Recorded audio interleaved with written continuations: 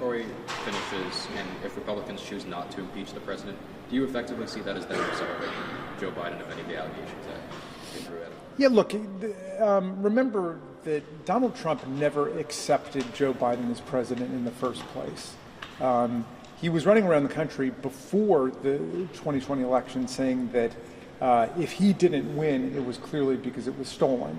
And he was conditioning people for his eventual attempts to remove or block Joe Biden from ever taking office. And that was the violent insurrection he incited, and then the coercive efforts mobilized against Vice President Pence to get him to step outside of his constitutional role, simply to declare that Donald Trump would continue in office. And Donald Trump talked about a continuation. He said there would be no transfer of power, there'd be a continuation. So Donald Trump never accepted the idea that Joe Biden had beat him by more than 7 million votes, 306 to 232 in the Electoral College. And they have continued to reject the legitimacy of Joe Biden's presidency, despite the fact that he is the legitimate president and he's been a great president.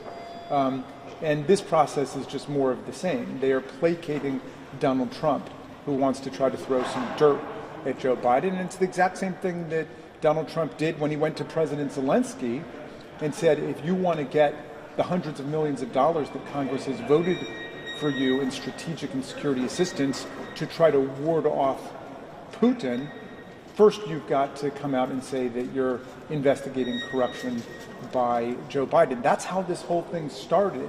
They concocted a false story about corruption in Joe Biden and Ukraine, and this is just more of the same. I think what happened with Smirnov on Friday and over the weekend now suggests we're going to be able to tell the complete story of this Russian-inspired propaganda and disinformation hit job against Joe Biden. And Trump and Putin have been thick as thieves in this attack on Joe Biden's family and his integrity and his reputation. But the truth is increasingly becoming known now. Raskin, you said that it doesn't appear to be any evidence of pay to play